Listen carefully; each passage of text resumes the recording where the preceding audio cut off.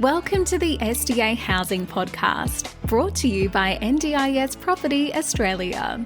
Before starting this episode, we need to provide a general disclaimer. Information contained in this podcast is general in nature only. It does not take into account the objectives, financial situation, or needs of any particular person. You need to consider your financial situation and needs before making any decisions based on the information in this podcast. And you should consider seeking independent and professional advice for your personal circumstances. All right, let's begin. Hello, everybody. My name is Debbie from NDIS Property Australia, and you're listening to the SDA Housing Podcast, a show that explains, guides, highlights, and brings awareness about all things SDA in this ever-changing NDIS world. And today we have a special guest speaker, Kate Daniels from Levan Lawyers in Western Australia. Welcome, Kate. Hi, Debbie. Nice to be here. Thanks for having me on. Yeah, lovely to have you on. We've been planning to get you onto an episode, and I think we've both been so busy the last couple of months. Being the fact that the NDIS review has recently come out, it seemed like a really good time to maybe just talk about, what it all kind of means and maybe some of the implications, complications that maybe you're seeing come out of this. So just as a bit of background, could you introduce yourself and what you guys do over at Levan? Of course. So as you said, my name's Kate. I'm a lawyer working in Levan's aged care, seniors living and disability team. So we work primarily with providers on whatever issues come up, really. We do everything from large corporate transactions right down to small pieces of bespoke advice about privacy issues, SDA corporate structures, building requirements, really whatever our clients need, we're there to help out. So I do definitely think it's a great time to be having this conversation because the NDIS review, as you said, came out on the 7th of December, and it certainly has a few things to say about inclusive housing and living supports, and particularly SDA. Yes, it does indeed. We've had a couple of episodes we've recorded regarding the review, our thoughts of it, our initial reactions. So maybe could I ask you what your initial thoughts are on the recommendations in the review? There was nothing in there to me that I found hugely surprising. I think a lot of it echoes what came out of the Royal Commission, and then goes perhaps a step further. So I think it will be interesting to see what legislative changes come out of the review. There are a lot of recommendations that I think will require legislative change, and whether or not those changes are acted on and then when they're acted on will be very interesting. Yeah, absolutely. That's one thing I've been really wondering about is how those legislative changes are going to take place, how long it's going to be. And I guess the big question is that, I mean, obviously they've said this is going to be a 5-year process, but the NDIA does need to actually respond to the review. And all they're saying at the moment is it's going to be in 2024. Given the fact that it's the end of 2023, that's pretty broad. It'd be really nice to... I think we can all relate to that feeling. Yeah. Is it going to be next month? Is it going to be in 11 months? Yeah, especially, I mean, obviously there's a lot of providers out there who've got stakes in things like support coordination, plan management. That was other parts of the review that look like they're going to have some significant changes being brought in. But certainly from our perspective, when we're looking at the home and living and specifically the SDA side of things, it does kind of leave us in a bit of limbo with regards to what's going to happen with that improved livability funding. Yeah. So as you know, the recommendation 9.4, action point 9.4 was that the IL category be replaced by an alternate SDA design category to meet the assessed needs of participants. So what do you make of that? So looking at the recommendations and looking at the way that SDA is being used and looking at the data, I can see where the recommendation has come from. The improved livability category is by far and away, my understanding, the most commonly funded category, but it's not the most commonly constructed category. In my experience, that's not really, particularly, I suppose, the Commonwealth government, it's not really in line with their view of what SDA should be for. It's not for, SDA is not there to simply replace a home in which people with disabilities are living and receiving supports. It's there for people who cannot live in mainstream housing. So I think looking at, if you look at it in the context of wanting to find those budget savings, I think changing that category and introducing that new low-cost category that they mentioned for participants who are sharing their 24/7 SIL supports and don't require those specialist design features, it could be something that makes SDA more accessible. I'd be interested to see how that actually comes across in the legislation and what that category looks like. But I do think there's the potential there for it to open up access to SDA. Okay, that's interesting. Now, the way we see this is at present 44% of all SDA-funded participants have IL. And as you said, it's the least constructed housing. But I think the main reason for that is that prior to June, when the new price review came out, the funding for IL was so low that it just wasn't financially feasible for people to develop IL because they weren't going to get the returns. So, and we saw that being addressed in the price review that came out at the end of June, that seemed to address that very issue, that there were majority of participants having IL funding, not having anywhere to move into because nobody, they can live in an FA or a HPS home, but nobody was accepting them because the funding they had was too low. So we saw that as being the price review committee saw a way to fix that, and we thought that was a fantastic thing to do. This seems to be a complete turnaround, obviously totally different review panel. And it's like they're saying, well, no, the price review people got it wrong. This is not how it should be. And I guess they're looking at it from a different perspective that, as you said, some of these people may not necessarily need to live in a special designed dwelling. Yeah, when we're looking at SDA, I think one of the things that really hits home for me as a regulatory lawyer is when we are talking about client capture and we're talking about the separation of SIL providers and SDA providers, recommendation 9.7 makes a very explicit recommendation to mandate legal and practical separation of accommodation and supports.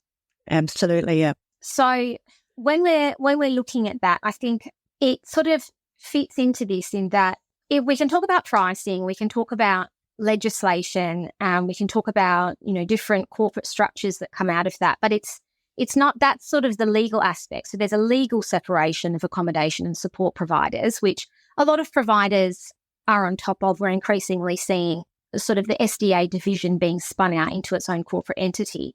But it's that practical separation. So the best way to think of it is if we're thinking about the regulatory perspective, it's not a top-down perspective looking at, okay, well, what's the pricing? Where are we going to get the best return? That's the provider perspective or the builder's perspective. All of these recommendations are being made from the participant's perspective. Sure. So when we're thinking about a practical separation, what does that look like to a tenant going into an SDA house? And what Action 9.4 is saying to me is this improved livability category from the participant's perspective? Is this doing what SDA is meant to do? Is this driving the market where we need it to go? And I'm not sure that it is. Because as you said, there are SDA providers who are coming into this from a for-profit perspective. And if IL is not attractive to those developers and it's not being built when it's the type of SDA that is most in demand, then it's not meeting those needs, and it needs to be looked at. Yeah, look, it's one's perspective, and I know it very much is tied up with the care requirements, and that does bring in that whole separation of supports. I guess just to round off the way we're kind of coming at it from is that we know there's a lot of improved, but the participants that have got funding for improved livability, they're currently living in maybe legacy homes, group homes, old, not fit for purpose, basic dwellings. If a lot of those properties are going to be defunded, and we know from providers telling us that some of these properties really just are so old, they have to be replaced. And that brings in a whole nother part of the recommendations that the government has said that they will look at refurbishing some of these properties. But at the same time, where are these participants going to move to? If where they're living is going to be refurbished, where do they go in the meantime? That's sort of where we're seeing it. Obviously, there's a lot of different perspectives to look at this from. No, well, I would actually, I think we're on the same page there. Definitely the current group home model, which is still really prevalent for those participants who need that shared 24/7 SIL supports and 24/7 supervision, it is a problem because what we are seeing is that a lot of those participants are not meeting the SDA criteria. They're not being considered to even be funded for IL, but they're currently in these group homes that you're completely right, are being rightfully decommissioned. They're not safe. They're not fit for purpose. They don't do what they should be doing, but there's no alternative for them to go into. And certainly I know from doing some plan reviews with participants that they are getting feedback that, well, that's something for the state government to fund. That comes back to community housing. So I think really what these recommendations are looking at to me is saying, okay, well, improved livability is SDA. Is that what it's meant to be doing? And if it is meant to be doing, if we want SDA, which will facilitate choice and control for participants and give them more choices in where they live and how they live and who they live with and how they receive those supports in their home, then how can we make SDA work better for those goals? And that's what I think we have the recommendations for a new low-cost category of SDA for those participants currently living in group homes.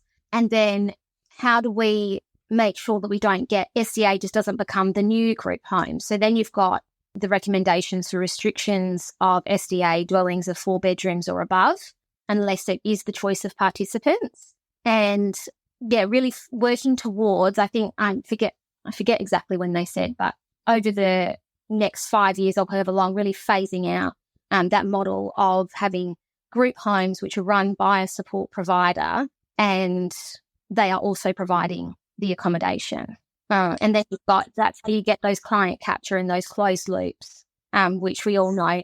Yeah, totally. And that does lead back to that whole separation of supports that we have been talking about for a very long time, that we see that needs to happen. So let's talk a little bit more about that from as they say, it's got to be a legal and practical separation. Yes. From the legal perspective, so we do know of a number of, larger organisations that have done both, are doing both. Mm-hmm. They have now formed 2 different entities, but it's still owned and operated by the same owners, the same company. How is that going to be separation enough? That is a very good question. It will be very interesting to see when the legislation comes through. What I would say is that a legal separation, so for instance, say you have a large SIL provider and they spin out a company which is essentially just a shell, which is leasing the dwelling back from the SIL provider, and there is no real separation. In my view, that's not going to be enough. That's a legal separation. If you're looking at it from the top, yes, if you look at the corporate structure, there's a separate corporate structure. But what is that actually doing? When we talk about practical separation, if a participant is coming into that house, do they know that their SDA landlord and their SIL provider are two separate entities. Can they identify that? And if they can identify that, can they have faith in that? So there's a whole host of considerations that would go into that about what is a real practical separation of accommodation supports and your support provider. Yeah, yep, totally agree. It'd be really interesting to see where that does go. Yeah, definitely. I think we will see in 2024, we are going to see a mandated, legislated formal separation between SDA and SIL providers. I think there will be some limited exceptions to that. One that I know has already been flagged is regional and remote areas. Yeah, of course. It will be very difficult to get separate SDA and SIL providers. Well, I would hope to see that there could be an exception for providers of niche services. So there are some areas in which I can see that a very specialist provider might also be the best accommodation provider, and it would be in the best interest of the participant to have one provider providing a very specialised and niche service that only they can provide. So that's another exception that I would hope to see in the legislation. Yeah, I totally agree. I think particularly in areas like robust category, I do know of some SIL organisations that's all they do is they look after very specialised, robust needs clients. Yeah, and they're very unique needs. They need accommodation built for these clients that they look after, and they are prepared to fund it and build it. So, I totally agree. I hope that is going to be another exception because I think that does work. Definitely. I think probably we'll also see legislation brought in for additional monitoring and enforcement of compliance in SDA, potentially whether that is by way of new practice standards or however it's brought in. I do think that SDA providers will be under more scrutiny, which I think is going to be very interesting in the SDA investment space, because I know there are a lot of SDA providers who have enrolled a dwelling but perhaps don't fully appreciate the regulatory compliance that is required to be an SDA provider. It's more than just being a landlord. You do have obligations to your tenants. And I think we will see definitely more monitoring of those obligations coming in. Yeah, definitely. And look, we are aware that, basically being an SDA provider is being a property manager. Now, any other property manager in Australia has a real estate license, and that's obviously covered by a whole lot of regulations, and yet SDA providers don't need to do that. And so, I think there is a lot of room for more control and compliance for sure. Yeah. Let's talk more about now the upgrading and repurposing aging SDA stock owned by states and territories. This sort of touches back on what we were just speaking about before of participants living in these older properties and where they're going to go and how is that going to happen, and the fact that they're basically calling out the states to step up and take a bit more control back. Yeah, so state house, traditionally that would be an area for state housing. We all know that, state housing wait lists are incredibly long. Those mainstream services currently, I don't see would be able to accommodate the number of people that would be coming out of group homes. So I think there is a question there, if it's going to be handed over to the states, how do they ramp up the capacity to deal with that and to provide enough accommodation, and in a way that doesn't just create a new wave essentially of group homes. There needs to be a balance there between ensuring that the NDIS is sustainable into the future. It needs to be financially sustainable, and state housing is a responsibility of the state governments. But how do we hand that over and make sure that it happens in a way which is empowering and does deliver that choice and control to people with disability? Sure, yeah. And I guess that also might come back partly to the new SDA category, low-cost SDA category that they are talking about.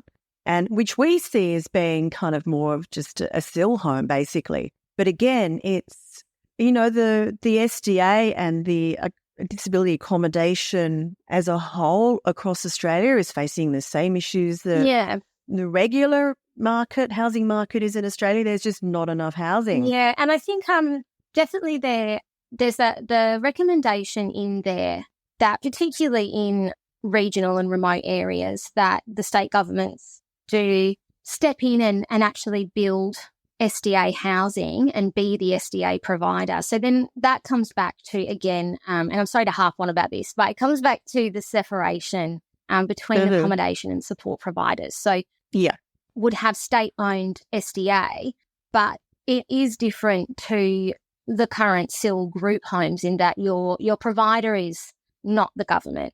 Yeah. You can have a separate provider of your supports. If you unhappy with your provider, you can choose someone else and you're not going to need to move out of your home. And that's really what separation is all about. So I think they need to be looked at together. The two recommendations. Yeah. Look, it's just totally, it's certainly a lot, I think, that the NDIA have to review and work out how to make it workable. I don't know how they're going to do that. So very interesting to see what's going to come out of this.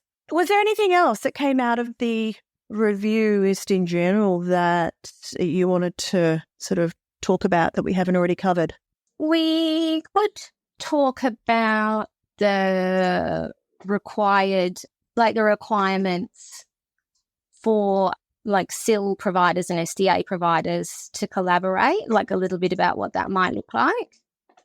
Yeah, absolutely. Yeah. Yep. So, yeah, definitely. Tell us your thoughts on that. Yeah. So if we go back to what we were talking about previously with that regulatory perspective, I think, and bringing in the new regulations potentially for greater oversight of SDA providers and that relationship between the SIL provider and the SDA provider. And really, I think what that comes down to is we know that a key principle of the NDIS Act and the NDIS in general is that people with disability have the right to exercise choice and control over their supports and services. And so how do a SIL provider and an SDA provider work together to make sure that that right is being upheld? So what does that involve in terms of providing the choice, making sure the participant has the control over what is happening with their life, where they live, who provides their supports, and then how do the SDA provider and the SIL provider collaborate to make that happen? So there are a number of there are practice standards which apply that both the SIL provider and the SDA provider need to comply with. What the key areas I think to think about when you're thinking of that collaboration are: how do you manage participant privacy when you're doing that? How do you clearly define the roles of each provider? So what is the SIL provider doing? What is the SDA provider doing? How do you make sure that the choices are being communicated and then actioned by the right provider? How can the SIL provider and SDA provider actively work together to manage and reduce not only any actual conflict of interest between the two of them, but the perception of a conflict of interest? So how can you reassure participants that you are dealing with it? And then what arrangements do you have in place to make sure that those supports are being provided in the best way? So that's where we come back to that corporate structure of having the SDA provider that really is either a shell or it's a very closely related entity to your SIL provider. Maybe there's common directors, the properties are all, there's no proper agreements between the providers. How do you really separate that out but still have a relationship where you can work together? So one of the things that I would say, to put yourself in that mindset of the participant, thinking from that regulatory perspective of bottom up or from looking at it from the participant's point of view. So do your residents in SDA have enough information and understand that information, that they can make decisions about the way in which they're provided with SIL supports and SDA supports. And do they feel safe and secure and confident to, for instance, provide feedback or make complaints or make decisions about their SDA supports, knowing that it's not going to affect their SIL supports, or their SIL supports knowing it won't impact their SDA supports. So even if an organisation has a policy that our SDA residents, they don't need to use us for SIL. If they want to engage another SIL provider, they're welcome to. How is that communicated? Is it because if a participant can't even identify that their SDA provider is not the same entity as their SIL provider, how on earth are they supposed to know that the two don't come as a package deal? Yeah, absolutely. Right from looking at marketing, advertising, looking at the tenancy agreements, looking at the service agreements with the SIL provider, the whole way through, you need to think, how are we making this clear that they are very separate? You can choose another SIL provider and you can stay here. Your accommodation is not tied to how you're receiving your supports. If you have a problem with your SIL provider, yes, we collaborate with them to get the best care. But if you have a problem with them, that's not a problem with us, and you can stay here. So it really is coming right back to that relationship with the participant and thinking about how to present that information in a way that not only reduces actual conflicts of interest, but reduces the perception of conflict of interest. Yeah, totally agree. Yeah, I'm so glad that we've got that in those recommendations. Not a surprise at all, because we have known it's coming, and it'll be really good to see what that ends up looking like. Yeah. On to another area. I don't know if you have any thoughts about the sort of the legal perspective on the removal of support coordination and local area coordinators, replacing them with navigators, a new role that they're bringing in, or they're talking about, they've recommended to create. So, yeah, moving away, obviously, from the whole home and living area. But this is just another area I found really interesting in the recommendations. I haven't looked at that one too much, actually. Yeah, because when we looked at it, we sort of thought, well, hang on, aren't they just renaming it? Aren't they going to be doing the same thing, really, as what a support coordinator does, with maybe just a bit more kind of control there? So that's, look, it's something else and I'm sure there'll be a lot more conversations come out of this as time goes on. But I thought that was an interesting... Yeah, one of the other recommendations I just have to find it now, the document, for SDA providers is recommendation. So the recommendations for increasing tenancy and occupancy protections. Right, okay.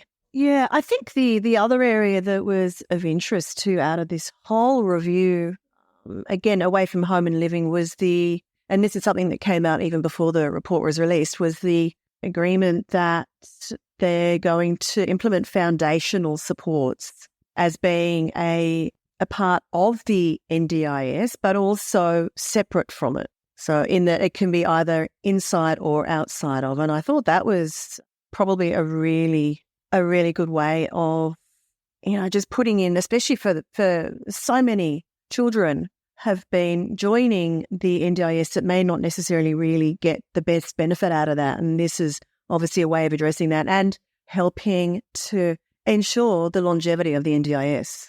Yeah, definitely. I think looking at anything which looks at ways of how to better deliver that early intervention support, I think is just going to be for the benefit of these kids as they come up through. And yeah, the NDIS originally was designed for, people with the highest levels of disability. And I am 100% for early intervention, but with a view, I suppose, to ultimately what you would hope, and I think what all of us would hope for our children, is that, you can have those early interventions, and if you can provide that support when they're younger, then they can live the most independent and enjoyable life that they possibly can as an adult. So on one hand, there is I do believe sometimes that people look at the early intervention program and all they see is cost, where really we all know the benefit to society is much greater than the cost when you look at it. But also being someone who has had to get early intervention supports organised for my children, anything that makes it easier and anything that makes it more accessible, I think will be a fantastic change. Yeah, absolutely. I think that's exactly where that's going, and I'm glad. So, I think that ultimately, the review was really welcome. There was a lot of great stuff in it. Yeah, some questions around some of the home and living, how they're going to actually make that work and what it really means. But I guess just to round this whole conversation up, what are your thoughts as a whole of the review and the legalities and the implementation legally of the recommendations? Well, I think the thing to note about the implementation is that not every recommendation is going to be implemented in legislation, and certainly it's not going to be implemented necessarily next year. But yeah, it'll be interesting to review the legislation when it does come out and see how it is going to be implemented and what transitional provisions will be put in place to manage that transition away from group homes and, in the words of the NDIS, review those closed circuit still homes and how do we move away from that into potentially more SDA, state government provided SDA, the new low-cost category of SDA. It will be very interesting to see what that, not only what the legislation looks like, but also what the plan for transition looks like. Yeah, absolutely. Well, we are waiting with bated breath for more information to come out of this. And I think we shouldn't hold our breath on that, because it will be, I'm sure, some time for them to really go through all of this and let us know what their plans are with it. But Kate, thank you so much for your time today, just to give us a little bit of a legal perspective on what's come out of this review that we're all still sort of digesting and grappling with. It's really interesting. Yeah, no, thank you. I'm also, still digesting it. Still, every time I read something new, I get something else out of it. So I'm sure that, for a long time to come, we'll be kind of having light bulb moments of, that's what they were getting at. Yeah, I'm sure it will be.